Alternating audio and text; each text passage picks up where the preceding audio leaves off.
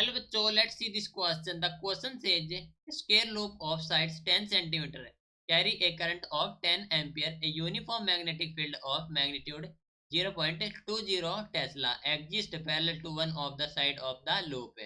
तो हमें कैलकुलेट करना है कि force acting on the loop and second में पूछा गया कि what is the torque acting on the loop. Okay, तो एक स्क्वायर लूप है जिसकी साइड है 10 सेंटीमीटर, वो कैरी करती है करंट 10 एम्पियर और एक यूनिफॉर्म मैग्नेटिक फील्ड है जिसका मैग्नीट्यूड है 0.20 टेस्ला, एग्जिस्ट करता है parallel to one of the side of the loop. तो हमें कैलकुलेट करना है force acting on the loop और the torque acting on the loop. तो इस क्वेश्चन के लिए हमारा की कॉन्सेप्ट यूज हो रहा है, that is the force and torque. Force and torque. How according to the question में कहा गया है कि हमारे पास जो लूप है वो है एक स्क्वायर लूप है.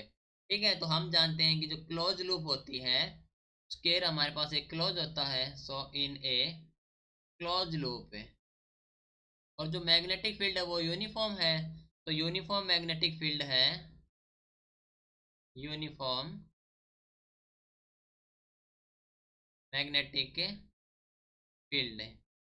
ओके, तो ये क्या होगा, in a close loop uniform magnetic field है तो फोर्स हो जाएगा हमारे पास zero. Force is zero. Okay, तो हमारा फर्स्ट हो गया force acting on a loop is the zero. Right, तो फोर्स हो गया जीरो. नाउ सेकंड में पूछा गया है कि हमें कैलकुलेट करना है torque acting on the loop. Okay, तो जब टॉर्क हो जाएगा हमारे पास which is equal to the M into B. That means ये हो जाएगा हमारे पास एम होता है I A into B. That means I हमारे पास करंट है, that is the 10 ampere into a area A into B. Square loop है तो एरिया हो जाएगा हमारे पास से साइड का स्क्वायर. तो साइड हमारे पास 10 सेंटीमीटर, दैट मीन्स 0.1 मीटर. तो इसका हो जाएगा स्क्वायर इंटू हमारा बच गया है B, that is the magnitude of magnetic field जो कि है 0.2 टेस्ला. तो 0.2. तो जो कैलकुलेट करेंगे जो हमारे पास वैल्यू ऑफ टॉर्क आएगी that is equal to the 2 into 10⁻⁻² N M.